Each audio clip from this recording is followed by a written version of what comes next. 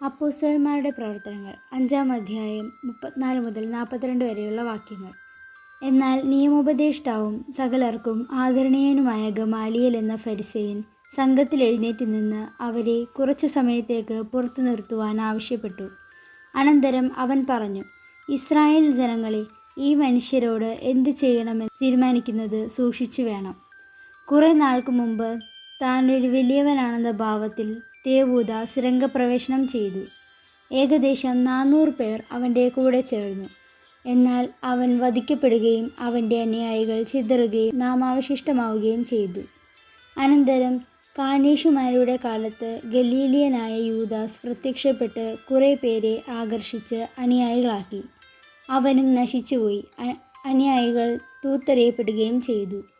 അതുകൊണ്ട് ഞാൻ നിങ്ങളോട് പറയുന്നു, ഈ ആളുകളിൽ നിന്ന് അകന്നു നിൽക്കുക, അവരെ അവരുടെ വഴിക്ക് വിട്ടേക്കുക. കാരണം ഈ ആലോചനയും ഉദ്യമവും മനുഷ്യനിൽ നിന്നാണെങ്കിൽ പരാജയപ്പെടും, മറിച്ച് ദൈവത്തിൽ നിന്നാണെങ്കിൽ അവരെ നശിപ്പിക്കാൻ നിങ്ങൾക്ക് സാധിക്കുകയില്ല.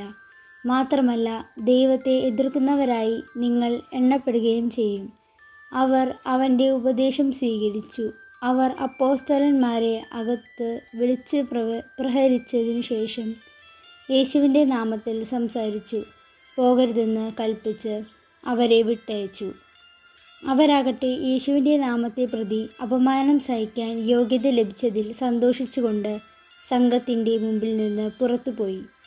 എല്ലാ ദിവസവും ദേവാലയത്തിൽ വെച്ചും ഭവനം തോറും ചെന്ന് യേശുവാണ് ക്രിസ്തു എന്ന് പഠിപ്പിക്കുന്നതിലും പ്രസംഗിക്കുന്നതിലും നിന്ന് അവർ വിരമിച്ചില്ല. യോഹന്നാൻ്റെ സുവിശേഷം 6-ാം അധ്യായം 1 മുതൽ 15 വരെയുള്ള വാക്യങ്ങൾ. യേശു തിബേരിയാസ് എന്നുകൂടി വിളിക്കപ്പെടുന്ന ഗലീല കടലിൻ്റെ മറുകരയിലേക്ക് പോയി. വലിയൊരു ജനക്കൂട്ടം അവനെ അനുഗമിച്ചു. കാരണം രോഗികളിൽ അവൻ പ്രവർത്തിച്ച അടയാളങ്ങൾ അവർ കണ്ടിരുന്നു. യേശു മലയിലേക്ക് കയറി ശിഷ്യന്മാരോടുകൂടെ അവിടെയിരുന്നു. യഹൂദരുടെ പെസഹ തിരുനാൾ അടുത്തിരുന്നു. യേശു കണ്ണുകളുയർത്തി ഒരു വലിയ ജനത്തിൻ്റെ അടുത്തേക്ക് വരുന്നത് കണ്ടു. അവൻ പീലിപ്പോസിനോട് ചോദിച്ചു, ഇവർക്ക് ഭക്ഷിക്കുവാൻ നാം എവിടെ നിന്ന് അപ്പം വാങ്ങും? അവനെ പരീക്ഷിക്കാനാണ് യേശു ഇങ്ങനെ ചോദിച്ചത്. എന്ത് ചെയ്യണമെന്ന് യേശു നേരത്തെ മനസ്സിൽ കരുതിയിരുന്നു. പീലിപ്പോസ് മറുപടി പറഞ്ഞു, ഓരോരുത്തർക്കും അല്പം വീതം കൊടുക്കുവാൻ 200 ദനാറിക്കുള്ള അപ്പം പോലും തികയുകയില്ല. ശിഷ്യന്മാരിലൊരുവനും ശിമയോൻ പത്രോസിൻ്റെ സഹോദരനുമായ അന്ത്രയോസ് അവനോട് പറഞ്ഞു, 5 ബാർലിയപ്പവും 2 മീനും കൈവശമുള്ള ഒരു കുട്ടി ഇവിടെയുണ്ട്.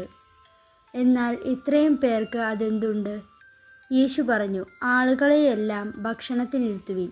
ആ സ്ഥലത്ത് പുല്ല് തഴച്ചു വളർന്നിരുന്നു. 5000-ഓളം വരുന്ന പുരുഷന്മാർ അവിടെയിരുന്നു. അനന്തരം യേശു അപ്പമെടുത്ത് കൃതജ്ഞതാ സ്തോത്രം ചെയ്ത് അവർക്ക് വിതരണം ചെയ്തു. അതുപോലെ തന്നെ മീനും വേണ്ടത്ര നൽകി. അവർ ഭക്ഷിച്ച് തൃപ്തരായപ്പോൾ അവൻ ശിഷ്യന്മാരോട് പറഞ്ഞു, ഒന്നും നഷ്ടപ്പെടാതെ മിച്ചമുള്ള കഷ്ണങ്ങളെല്ലാം ശേഖരിക്കുകയും. 5 ബാർലിയപ്പത്തിൽ നിന്ന് ജനങ്ങൾ ഭക്ഷിച്ചതിനു ശേഷം മിച്ചം വന്ന കഷ്ണങ്ങൾ 12 കൂട്ട നിറയെ അവർ ശേഖരിച്ചു. അവൻ പ്രവർത്തിച്ച അടയാളം കണ്ട ജനങ്ങൾ പറഞ്ഞു, ലോകത്തിലേക്ക് വരാനിരുന്ന പ്രവാചകൻ സത്യമായും ഇവനാണ്. അവർ വന്ന് തന്നെ രാജാവാക്കാൻ വേണ്ടി ബലമായി പിടിച്ചുകൊണ്ടു പോകാൻ ഭാവിക്കുന്നു എന്ന് മനസ്സിലാക്കിയ യേശു വീണ്ടും തനിയെ മലമുകളിലേക്ക് പിന്മാറി.